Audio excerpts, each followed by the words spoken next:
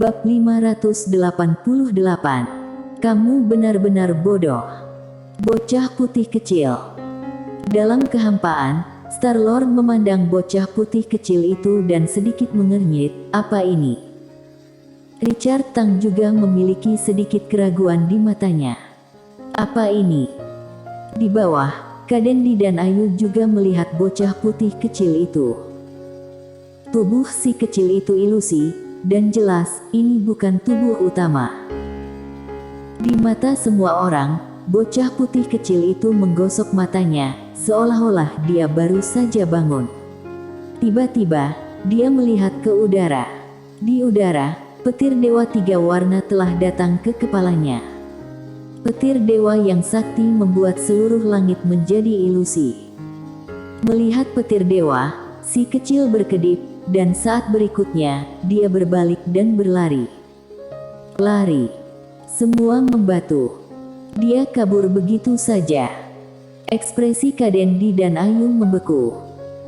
Dalam kehampaan, Star-Lord dan Richard Tang juga sedikit bingung, jadi mereka melarikan diri. Di kejauhan, pria kecil kulit putih yang berlari berhenti tiba-tiba. Dia berkedip, mengapa dia berlari? Mengapa lari? Bocah kecil itu melihat cakarnya, kemudian, di mata semua orang, manisan Hao di tangannya menghantam petir dewa di langit. Manisan yang dipadatkan oleh energi spiritual khusus melintas di lapangan. Saat berikutnya, duar. Di mata semua orang, petir dewa 3 warna menghilang tanpa jejak, seolah-olah tidak pernah muncul. Setiap orang. Di udara, bocah putih kecil itu menyeringai dan melambaikan cakarnya ke wajah ilusi, seolah ingin menyapa. Dia tidak biasanya berkelahi. Perkelahian biasanya dilakukan oleh orang lain, seperti gadis kecil. Pada saat ini, dalam kehampaan, petir dewa lainnya muncul. Dan kali ini, petir dewa. Petir dewa 4 warna berisi 4 aturan Tao. Dengan munculnya petir dewa 4 warna ini, ruang hampa di sekitarnya benar-benar menjadi ilusi. Ruang hampa di sekitarnya tidak bisa menahan kekuatan petir dewa 4 warna. Melihat petir dewa 4 warna, bocah putih kecil itu berkedip, masih datang. Bukankah itu untuk bersenang-senang? Tak lama kemudian, si kecil marah. Dia merentangkan cakar kecilnya, dan manisan buah muncul di cakarnya. Dia akan membuangnya. Tiba-tiba, dia melihat manisan buah itu dan berkedip. Dia menjulurkan lidahnya dan menjilatnya. Itu sangat manis, dia menjilatnya lagi. Sangat nyaman. Bocah putih kecil itu jelas senang, menyipitkan mata dan tersenyum. Pada saat ini, dia lupa bahwa dia sedang marah sekarang. Di sekeliling, semua orang melihat bocah putih kecil yang sedang menjilati manisan. Di hadapan petir dewa hukum surga, dia juga makan manisan Hao. Di bawah, Ayu menatap bocah putih kecil yang sedang menjilati manisan Hao, dan mau tak mau bertanya kepada Kadendi, apakah itu enak? Kadendi. Pada saat ini, petir dewa 4 warna telah jatuh, tetapi bocah putih kecil itu tidak menghindar dan membiarkan petir dewa menimpanya. Ketika petir dewa 4 warna mendarat di bocah putih kecil, semua orang menjadi ketakutan. Karena si kecil kulit putih masih ada di sana, tetapi petir dewa telah menghilang. Terserap.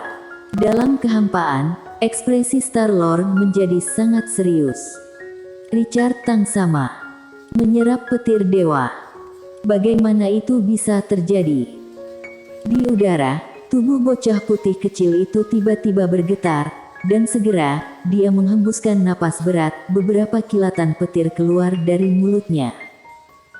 Dalam kehampaan, wajah itu menatap bocah putih kecil di bawah, kali ini tidak bergerak lagi. Karena keadaan menjadi tidak mudah. Dan kali ini, bocah putih kecil itu menatap wajah itu. Saat berikutnya, dia membuka mulutnya dan mengambil napas. Dalam sekejap, wajahnya bergetar hebat dan kemudian menjadi ilusi. Ekspresi di wajah itu berubah drastis dalam sekejap. Ia mundur dengan gila ke langit berbintang. Di langit berbintang, wajah itu menatap bocah putih kecil di bawah dengan ngeri, karena pria kecil itu baru saja menyedot sepertiga sumber energinya. Sepertiga. Apa konsep itu? Tidak bisa diganggu. Wajah itu berbalik dan menghilang, lalu berjalan pergi tanpa ragu-ragu. Melihat wajah itu melarikan diri, dalam kehampaan, Star-Lord dan Richard Tang saling melirik di udara dengan terkejut. Pada saat ini, mereka berdua terkejut tanpa kata-kata. Wajah yang barusan bukanlah tubuh utama hukum surga, tapi pastilah tubuh bayangan hukum surga, tapi si kecil ini justru membuat tubuh bayangan hukum surga kabur. Di udara, bocah putih kecil itu berkedip, ia melarikan diri begitu saja. Dia sebenarnya ingin mengisap. Pada saat ini, dia sepertinya memikirkan sesuatu, jadi berbalik dan terbang di depan Lindsay. Kemudian, mereka menatap satu sama lain.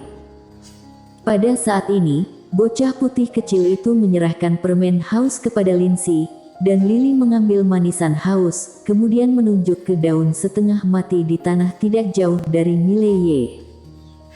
Bocah putih kecil itu melirik Mileye, dan tiba-tiba, dia melihat pedang di tangan Mileye. Melihat pedang penghakiman, dia langsung marah.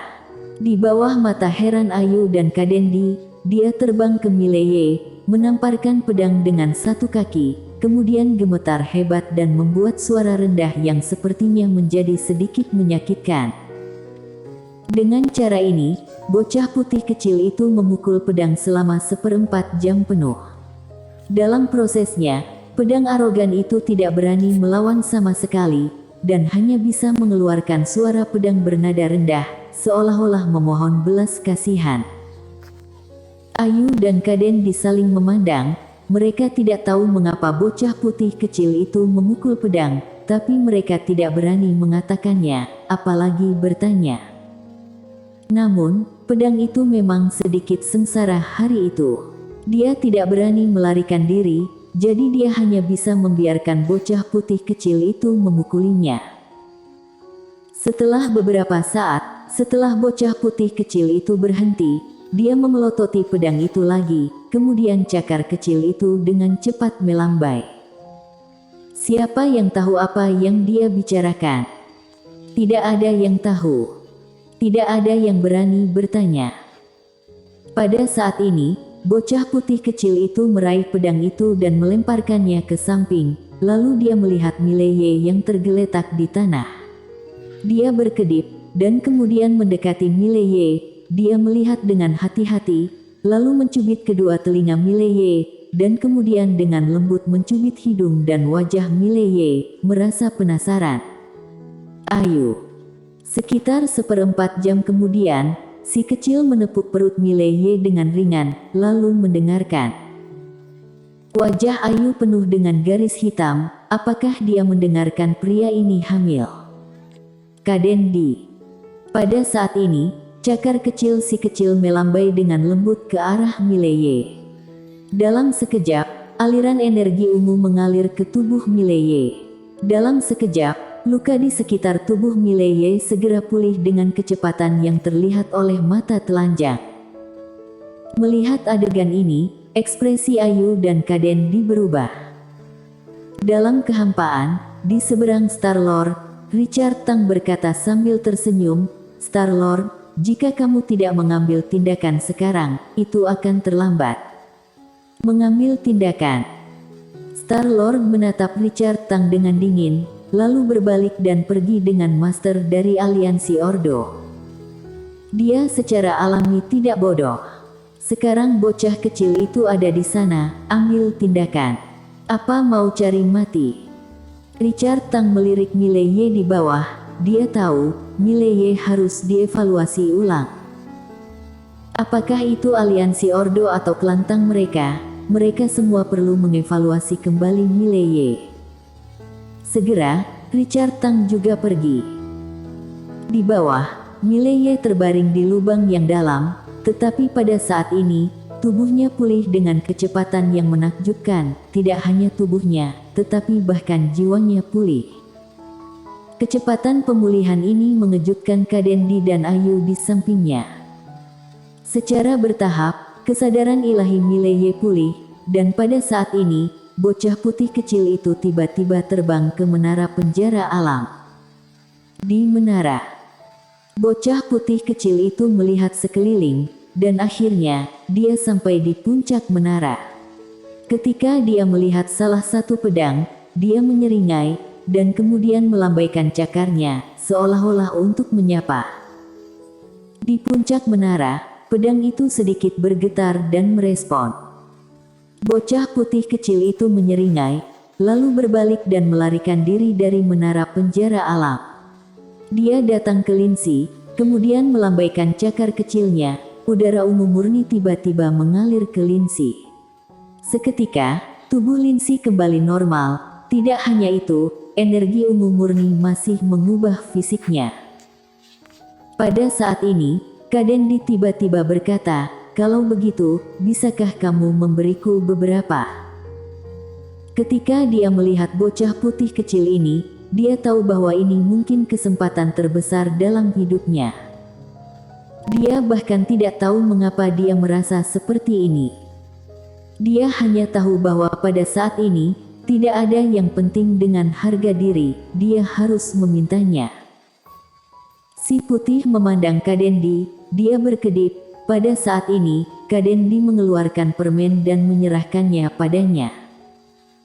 Ini dibeli oleh Lindsay, yang baru saja mengambil satu sebelumnya, dan sekarang hanya meminjam bunga untuk dipersembahkan kepada Buddha.